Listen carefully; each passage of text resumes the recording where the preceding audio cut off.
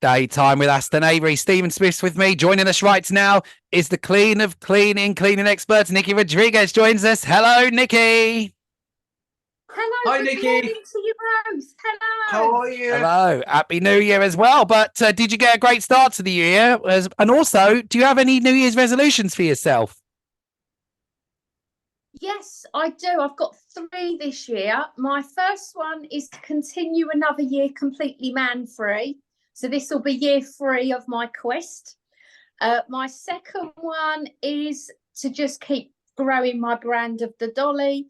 And my third one is to continue with all Harry's animal activities that are just making him such a happier boy. So they're my 3 main ones for this year. You have to just tell us quickly your animal activities. That you're talking about our favourite person, aren't you? Yes. So Harry volunteers at Get to Know Animals in Epping with the Yeah. lovely Donna and Rob. So in the school holidays, he's there 1 day a week helping to clean out all the enclosures, and then we pop in during the week when he's at school. And then he also loans a horse at Mill Lodge Riding School in Willingale 3 times a week, which is just changed his life with his physical health, his mental health, everything. Oh, but brilliant. And we're going to have Donna on in February, Aston, with some of the animals. Yes. Spoiler alert there, as we said there. Yeah. Listen, everyone wants a clean start to the year. I know I've been cleaning non-stop and the place is looking lovely, but please help me. My wardrobes, I don't know what happens to them. I have all my clothes in and it just looks like an explosion. I was watching David Beckham's documentary and his wardrobes look wonderful. How can I get a David Beckham wardrobe, Nicki, please? Well, the easiest option is to get me to come in, but if you want to do it waited yourself, 2 years. I know I will get round to it. But the way to do it yourself is set aside 2 days that you haven't got anything else to do, because to try and do a massive detox in 1 day can be quite overwhelming. So you first of all start off by clearing out everything in your wardrobe or your drawers. Get 2 piles of keep, donate and sell. Go through every single item and be quite ruthless with, do I really need that? Do I really wear it? Can I still fit into it? And then once you've got those 3 piles done, I always recommend using Vinted, Depop or eBay to sell the bits that are either designer or vintage that you can make some money. Then that gives you money to buy new stuff. And then once you've got everything listed, taken everything else to the charity shop, which I also advise to do straight away, otherwise it tends to leak back in the garage, the loft, or back in the wardrobe again. You then need to go on Amazon, get yourself some nice velvet hangers, some storage items like canvas boxes for things like underwear, socks, belts, accessories, and then you just start colour coordinating and folding everything to go back straight into your wardrobe. But normally a good detox like that, I would recommend 2 days. Right. I haven't got 2 days. You're going to have to come over. Stephen. I'll come over, Stephen. Stephen says about his wardrobe there, so I'm going to have to go a little bit lower class than the wardrobe, as we said there, and mention about a gym bag here there, Nicki, as well. So is there anything that I can do to keep a gym bag fresh and keep things hygienic when working out? And also, this could also be a good tip for our listeners as well. Yes, so when you obviously go to the gym, you chuck your sweaty clothes back in your bag, which obviously doesn't make a very nice smell. And also, if you sweat a lot, that sweat then can stay if you've got a fabric bag with a lining on the bag. So sprinkle in some bicarbonate of soda in it, which then soaks up the moisture and it stops it from smelling. Also, if it's a fabric bag, chuck it in your washing machine after a couple of uses, and at least then it keeps it smelling nice. And do not put your stinking trainers in there. Also, after you sprinkle some bicarb in your trainers, and they also can go in your washing machine on a low temperature as well. Wow, that's a great idea. Bicarbonate of soda, is that the same as baking soda? Yes, pretty much, yes. But it's really good because it neutralises odours and it also eliminates bad smells.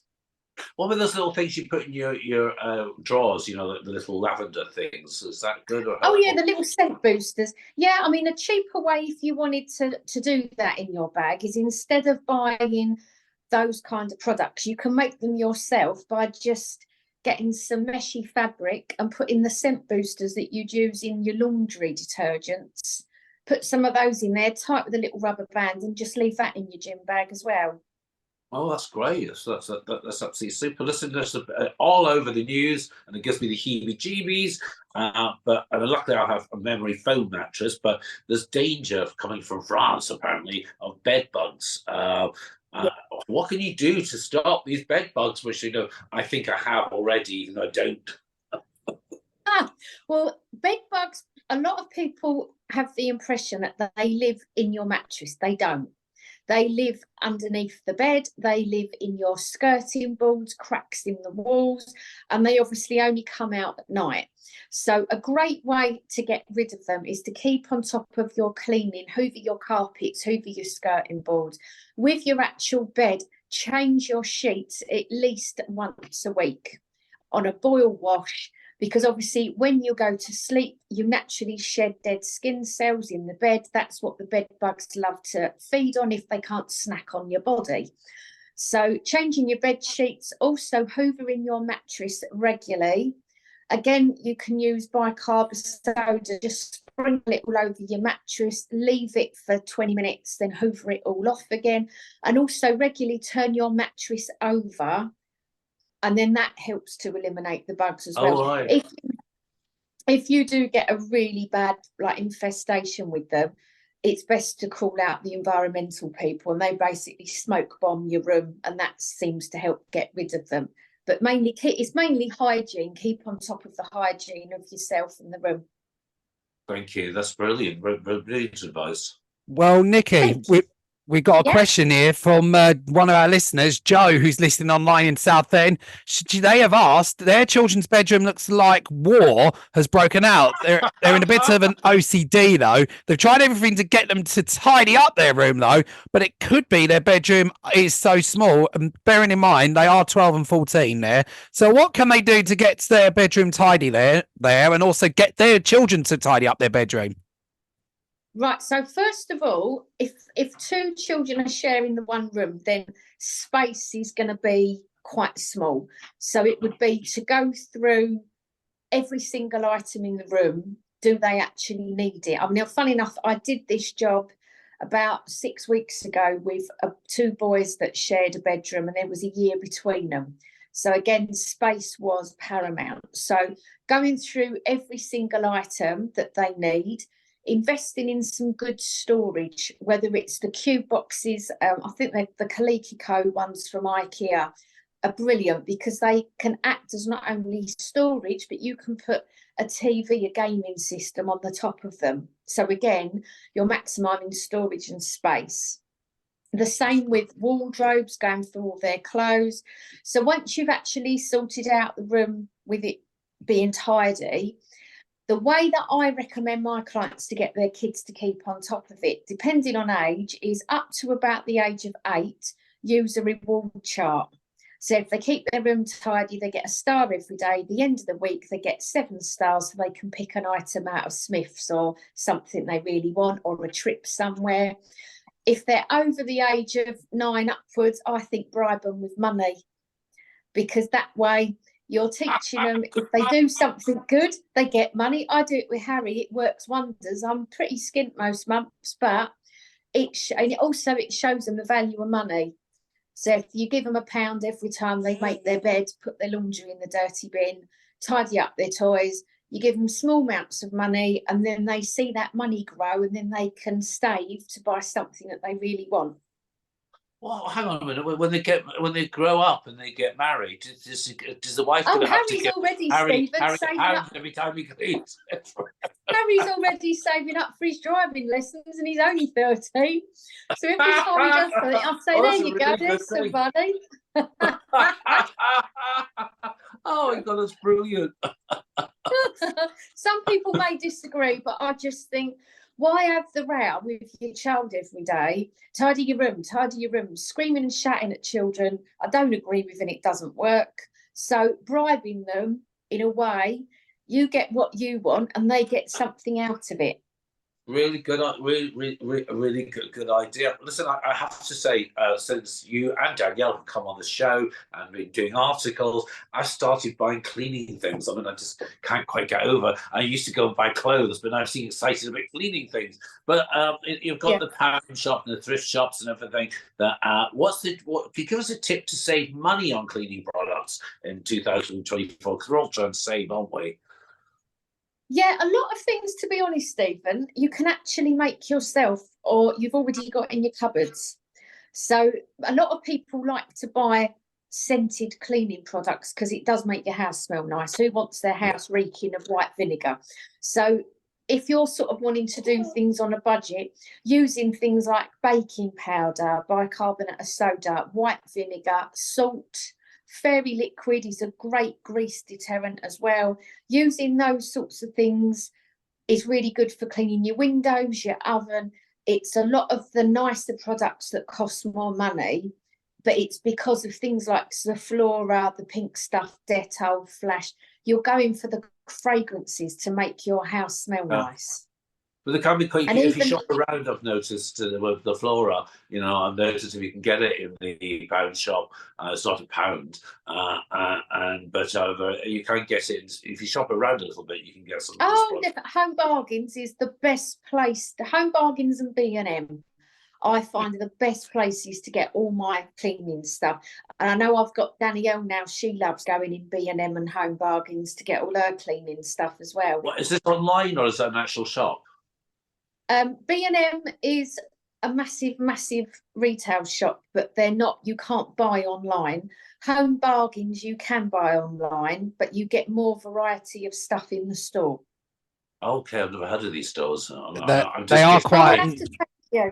They are quite big, apparently. Home Bargains as well. There's probably up there everywhere up and down the country, really. Home Bargains as well, Yes. and Stephen, and B&M as well. I've got Pound Shop and Drake's near me, and I'm just getting used to the Pound Shop. And I'm annoyed that the peanut M&Ms were more there than they were in Sainsbury's, which is my guilty pleasure. Peanut M&Ms, I love them. So then the Pound Shop's clever because they make you think you're getting a bargain because it's a pound. Yeah. But a lot of the products are not the same size as they are in the other shops. Yeah. So Poundland sometimes can trick you into thinking you're getting a bargain when actually you're not. Yeah, you have to shop around. I said that to my friend Pam. So I did a video of me going around the shop going, look, £3.60. Yeah. So Nicki, have you got anything lined up for the rest of 2024 as well? At the moment, things are ticking along quite nice. I'm fully booked during the week for all my Dolly jobs. So my availability to do extra work isn't going to be probably till about the end of March now. So the new year has really kicked off. Yeah, it's really gone boom again. I think having 2 weeks off over Christmas, I was able to go through more emails and Instagram messages. At the end of this year, I'll only be taking a week off because I didn't cope very well having 2 weeks off this year, where I love doing what I do. So, yes, I'm very busy. I've got a TV thing lined up, which I'm waiting to hear the date for, which should be hopefully within the next couple of months. And apart from that, at the moment, I'm doing a couple of articles this week about my journey with domestic abuse and how I set up my own company from what I went through. So I've got an interview for that tomorrow. And then apart from Dolly doing all the stuff I do with Harry, and now we've got Rodrigo, the sausage puppy. Life is quite full on.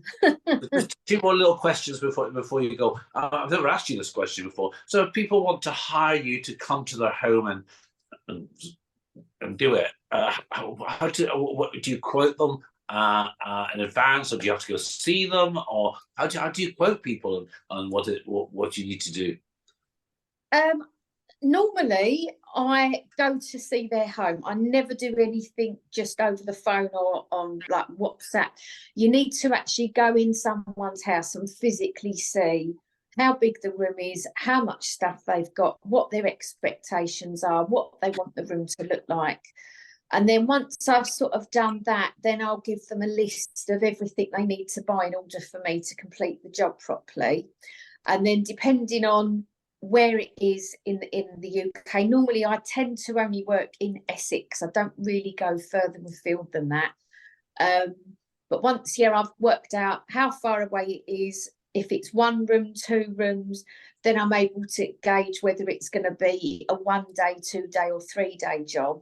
But where I'm so busy doing all my other work, I only really can do it if it's for a day.